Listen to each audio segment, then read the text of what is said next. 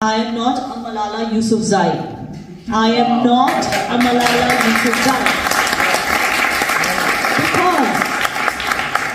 Because I am free and I'm safe in my country, India.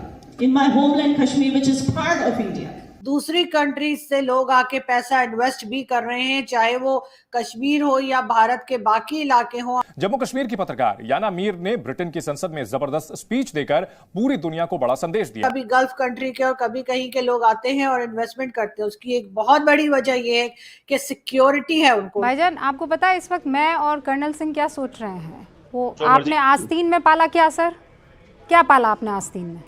अब सबको पता है इस बात का कि अगर आईएमएफ का प्रोग्राम नहीं आता फॉर वन रीज़न और अनदर तो पाकिस्तान डूब जाए। और आपने आस्तीन में पाला सांप, हाफिज सईद से लेकर लखवी से लेकर न जाने कौन कौन, और वहाँ आप जान रहे हैं कि बॉर्डरिंग एरियाज में भी वही सांप आपने पाले थे जो अब आप फन फैलाकर फैल गए हैं। उसके बाद 1947 के बाद हमने जी इस्लाम के नाम पर या रिलीजन के नाम पे हमने एक नई कंट्री बनाई और उसके बाद हम बना तो ली लेकिन हम उसे मैनेज नहीं कर पाए।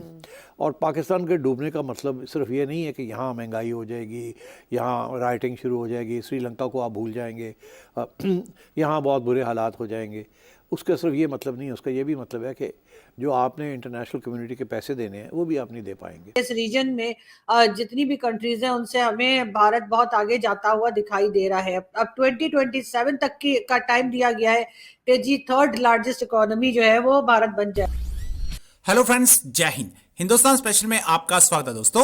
जैसा कि दोस्तों आपने क्लिप में देखा, एक बार फिर पाकिस्तान को अंतरराष्ट्रीय फजीहत का सामना करना पड़ रहा है। एक बार फिर कश्मीर की बेटी ने पाकिस्तान को उसकी औकात दिखा दी है। याना मीर ने यूके की पार्लियामेंट में यह साफ साफ कहा है कि पाकिस्तान गलत प्रचार कर रहा है। उन्होंने कड़ी निंदा करते हुए कहा है कि कश्मीर जो कि भारत का हिस्सा है उसमें वह पूरी तरह से सुरक्षित और स्वतंत्र है। उन्होंने मलाला यूसुफजई का जिक्र करते हुए कहा कि वह मलाला नहीं है जिन्हें आतंकवाद से डरकर अपना देश छोड़ना पड़े, वह भारत में स्वतंत्र और सुरक्षित है। उनके इस बयान पर खूब तालियां बजी। याना मीर लंदन में ब्रिटेन की संसद की ओर से आयोजित संकल्प दिवस में बोल रही थी। उन्होंने अंतर्राष्ट्रीय मीडिया समुदाय से जम्मू कश्मीर के लोगों को विभाजित करना बंद करने का आग्रह किया। याना मीर ने खुलकर कहा कि मैं मलाला नहीं हूं क्योंकि मैं अपने देश भारत में स्वतंत्र और सुरक्षित हूं। मेरी मातृभूमि में कश्मीर जो कि भारत का हिस्सा है, मुझे कभी भी भागकर आपके देश में शरण लेने की आवश्यकता नहीं होगी। I am not a Malala Yousafzai. I am not a Malala Yousafzai. Because I am free and I'm safe in my country, India. In my homeland Kashmir, which is part of India. I will never need to run away from my homeland and seek refuge in your country. एक बार फिर हम IMF के दर पर हैं loan लेने के लिए। ये दो अलग अलग कंट्रीज हैं। एक है भारत जिसके साथ पहले पाकिस्तान हुआ करता था और उसके बाद 1947 के बाद हमने जी इस्लाम के नाम पर या रिलीजन के नाम पे हमने एक नई कंट्री बनाई और उसके बाद हम बना तो ली लेकिन हम उसे मैनेज नहीं कर पाए। भारत दूसरी तरफ हम देखते हैं कि आगे की तरफ बढ़ता हुआ दिखाई दे रहा है, चाहे उनकी फॉरेन पॉलिसी हो जो हमेशा से मुझे पसंद है और मैं डॉक्टर जयशंकर की बहुत बड़ी फैन हूँ, ये तो मैंने हमेशा ही कहा है।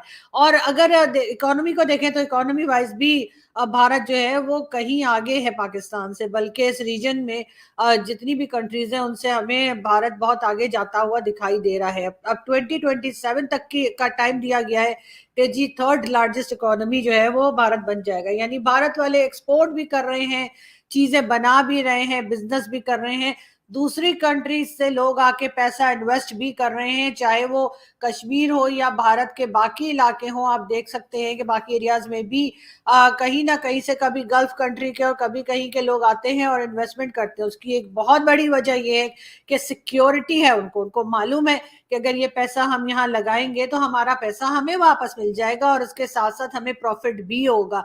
जबकि दूसरी तरफ पाकिस्तान में अगर हम देखें तो पाकिस्तान जो है वो हर बार यही कहता है, पहले जब नवाज शरीफ साहब की गवर्नमेंट थी, इमरान खान से पहले और उसके पहले भी जितनी बार नवाज शरीफ साहब आए हैं एज अ प्राइम मिनिस्टर, उन्होंने हमेशा यही कहा कि जी पाकिस्तान कशकोल तोड़ देगा। आप लोग कहेंगे कशकोल क्या होता है? जी हाँ, वो जिसमें भीख मांगते हैं उस बाउल को जो है वो कशकोल बोलते हैं, तो उन्होंने कहा कि जी ये पाकिस्तान कशकोल तोड़ देगा, लेकिन हर बार तोड़ के उससे कहीं बड़ा कशकोल जो है वो बना लिया गया। और एक बार फिर पाकिस्तान दर दर सिर्फ IMF की बात नहीं है, कभी चाइना और कभी सऊदी अरब और कभी वर्ल्ड बैंक, हर एक के आगे हम कटोरा लेके घूमते रहे। उसके बाद इंडियन मीडिया ने और कई लोगों ने हमें जिस वक्त इमरान खान की गवर्नमेंट थी तो कटोरा खान और पता नहीं क्या क्या कहना शुरू किया, जिसपे हमें बहुत बुरा लगता था। मैं खुद भी टीवी शोज में जाती थी और मैं कहती थी नहीं नहीं ऐसे हमारे प्राइम मिनिस्टर को कटोरा खान मत कहा करेंगे। और बात है कि जितने भी प्राइम मिनिस्टर्स आए सबके सब जो है वो किसी ना किसी कंट्री या किसी ना किसी वर्ल्ड बैंक IMF के सामने हमें कटोरा लेकर ही खड़े दिखाई दिए। लेकिन एक बार फिर अभी नई गवर्नमेंट एस्टेब्लिश होने जा रही है, अभी पूरी तरह से कैबिनेट बनी भी नहीं है। कहा यही गया है कि जी कैबिनेट बन जाएगी, लेकिन हमें मालूम है कि किस तरह की आएगी। वही 70 से 80 लोग लाके शहबाज शरीफ और आसिफ अली जरदारी साहब अपनी मर्जी के लोग लाएंगे, अपने जितने पॉलिटिकल वर्कर्स हैं या पॉलिटिकल पार्टी के जो लोग उनके हैं, जो पैसे वाले उनके साथ जिन्होंने इलेक्शंस लड़े हैं या जो उनको फंड करते हैं, उनको लाया जाएगा। उनको कोई ना कोई सीट दी जाएगी, हर कोई मिनिस्ट्री मांगेगा उसको वो दिया जाएगा। शहबाज शरीफ का भी हमेशा से यही रिकॉर्ड रहा है। नवाज शरीफ भी कहते थे कि जी अपने पूरे खानदान को जो है पार्लियामेंट में पहुंचा दिया था उन्होंने, और अभी एक बार फिर हम वही कुछ होता हुआ देखेंगे। लेकिन बात यहाँ खत्म नहीं होगी। उसके बाद जी इनको बड़ी बड़ी गाड़ियां लॉट की जाएंगी, फिर गाड़ियां खरीदी जाएंगी दोबारा, जो इमरान खान ने बेची थी। लेकिन इमरान खान ने गाड़ियां बेचकर, जब इमरान खान आए थे उन्होंने कहा नहीं मैं भैंसे बेच दूंगा, मैं गाड़ियां बेच दूंगा, जी हम बड़ी सादा जिंदगी गुजारेंगे, प्राइम मिनिस्टर हाउस को जी हम यूनिवर्सिटी बना देंगे। लेकिन ऐसा कुछ भी नहीं हुआ, ना तो प्राइम मिनिस्टर हाउस को यूनिवर्सिटी बनाया गया, ना ही कोई खास काम हुआ। इमरान खान ने जरूर भैंसे से बेची और उसके बाद गाड़ियां बेची, और वो गाड़ियां बेच के उससे कहीं ज्यादा तादाद में कहीं ज्यादा महंगी गाड़ियां दोबारा खरीद ली गई।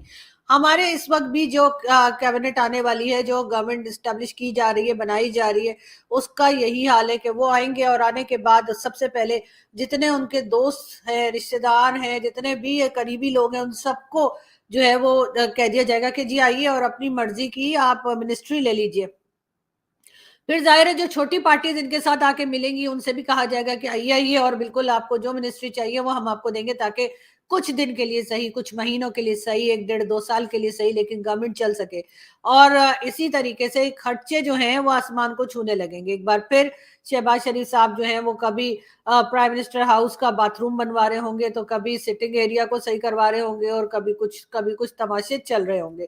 खर्चे जो है वो बढ़ते चले जाएंगे और आम पब्लिक जो है उसका कोई पूछने वाला नहीं होगा। दूसरी तरफ भारत है, भारत की तरफ हम देखते हैं तो पता लगता है कि जी 2027 तक वो 3rd लार्जेस्ट इकोनॉमी बनने जा रहे हैं। लेकिन उनके मिनिस्टर्स को देख लीजिए, चाहे उनके प्राइम मिनिस्टर को देख लीजिए, वो आपको इंतहाई सादा दिखाई देंगे, सीधे साधे कपड़े पहने होते हैं उन्होंने, कोई सूट, कोई इनके महंगे महंगे टाई, और कौन कौन सी कंपनीज जिनके तो मुझे नाम भी नहीं आते, अमेरिका और स्विट्जरलैंड और कहाँ कहाँ के जो है वो चीजें पहन के खड़े होते हैं। मरियम नवाज आएंगी जी as a chief minister of Punjab.